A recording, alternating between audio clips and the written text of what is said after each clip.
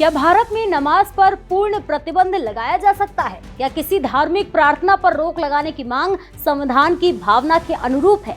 और आखिर ऐसी मांग क्यों उठी है? इन सवालों के बीच उत्तर प्रदेश की अयोध्या से एक ऐसा बयान सामने आया है जिसने सियासी और सामाजिक बहस को तेज कर दिया है।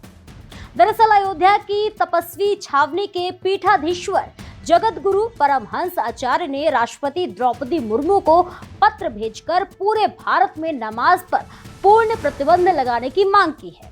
उनके इस पत्र और बयान के बाद देश भर में नई चर्चा शुरू हो गई है। नमस्कार, मैं प्रेयसी पांडे और आप देख रहे हैं भारत एक्सप्रेस। अयोध्या के तपस्वी छावनी पीठाधीश्वर जगत गुरु परमहंस आचार्य ने दावा किया है कि उन्होंने राष्ट्रपति द्रौपदी मुर्मू को पत्र लिखकर भारत में नमाज पर पूर्ण प्रतिबंध लगाने की मांग की है।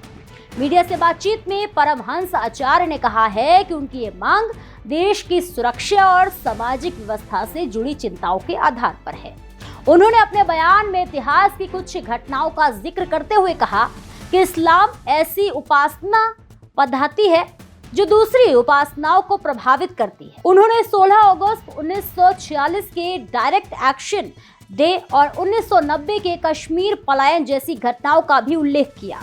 इसके अलावा उन्होंने हाल ही में मौलाना जर्जिस अंसारी के उस कथित बयान पर भी कड़ी प्रतिक्रिया दी जिसमें भगवान श्री कृष्ण को लेकर विवादित टिप्पणी किए जाने का दावा किया गया था। परमहंस आचार्य ने कहा है कि यदि किसी सनातनी ने इस तरह इस्लाम या अल्लाह को लेकर कोई टिप्पणी की होती तो देश और दुनिया के कई हिस्सों में बड़ा विरोध देखने को मिलता। उन्होंने आरोप लगाया है कि हिंदू देवी देवताओं पर लगातार आपत्तिजनक टिप्पणियां की जाती हैं जिससे समाज में तनाव पैदा होता है। उन्होंने अपने बयान में लव जिहाद, लैंड जिहाद, व्यापार जिहाद, फिल्म जिहाद और चिकित्सा जिहाद जैसे मुद्दों का भी उल्लेख किया और दावा किया है कि इन्हीं कारणों से उन्होंने राष्ट्रपति द्रौपदी मुर्मू को पत्र भेजकर नमाज पर प्रतिबंध लगाने की मांग की है। महामहिम राष्ट्रपति द्रौपदी मुर्मू जी को हमने पत्र भेज करके मांग किया है कि भारत में नमाज पर पूर्ण प्रतिबंध लगाया जाए। क्यों? क्योंकि इस्लाम एक ऐसी उपासना है कि जो दूसरी उपासनाओं को निगल जाती है और इसका उदाहरण है 16 अगस्त 1946 डायरेक्ट एक्शन डे, 1990 हिंदू नरसंहार कश्मीर। अभी मौलाना जर्जिस अंसारी, इन्होंने जो भगवान श्री कृष्ण को नवाजी बताया, जबकि पैगंबर मोहम्मद के पहले कोई मुसलमान ही नहीं था धरती पर। पैगंबर मोहम्मद ने इस्लाम की शुरुआत किया जो 1450 वर्ष पहले आए और भगवान श्री कृष्ण का अवतार 5500 वर्ष पहले हुआ। तो इस तरह से जो है यह सिर्फ जो है गजवा हिंद का हिस्सा है। ये लोग चाहते हैं कि भारत में भारतीय संस्कृति को खत्म करके और यहाँ जैसा कि इनके अंदर अंदर खिचड़ी पक रही है कि पूरे विश्व को जो है इस्लामी को बना देंगे। तो भारतीय संस्कृति की रक्षा के लिए हमने गुहार लगाया है महामहिम राष्ट्रपति महोदया जी से कि भारत में नमाज पर प्रतिबंध लगाया जाए। और वैसे भी जब यहाँ विविध उपासनाओं की मान्यता है तो कोई भी ये कहा है कि जिसको हम मानते हैं उसके अलावा दूसरा पूजा के लायक ही नहीं है। तो मुसलमानों में जो कलमा पढ़ा जाता है उसमें इनका अर्थ भावार्थ है कि अल्लाह के अलावा कोई इबादत के लायक नहीं है, पूजा के लायक नहीं है।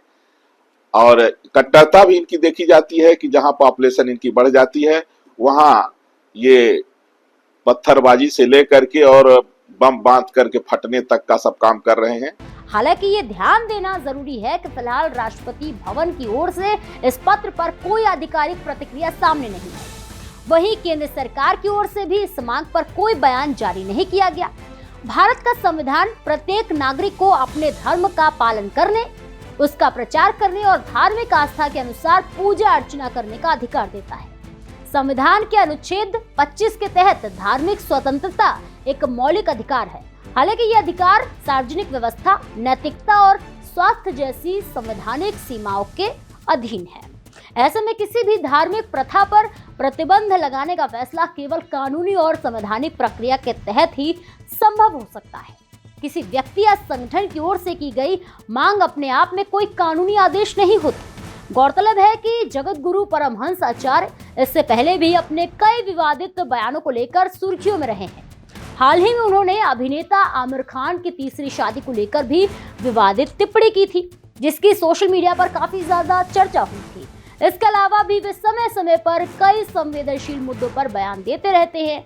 अब देखना होगा कि राष्ट्रपति को भेजे गए इस पत्र पर कोई आधिकारिक प्रतिक्रिया आती है या फिर नहीं, और क्या ये मामला केवल बयानबाजी तक सीमित रहेगा या आगे किसी कानूनी या राजनीतिक बहस का हिस्सा बनेगा। फिलहाल इस पूरे मामले पर आपकी क्या राय है, कमेंट सेक्शन में जरूर शेयर करें और ऐसे ही और भी तमाम खबरों को देखने के लिए जुड़े रहिए मेरे साथ भारत एक्सप्रेस पर।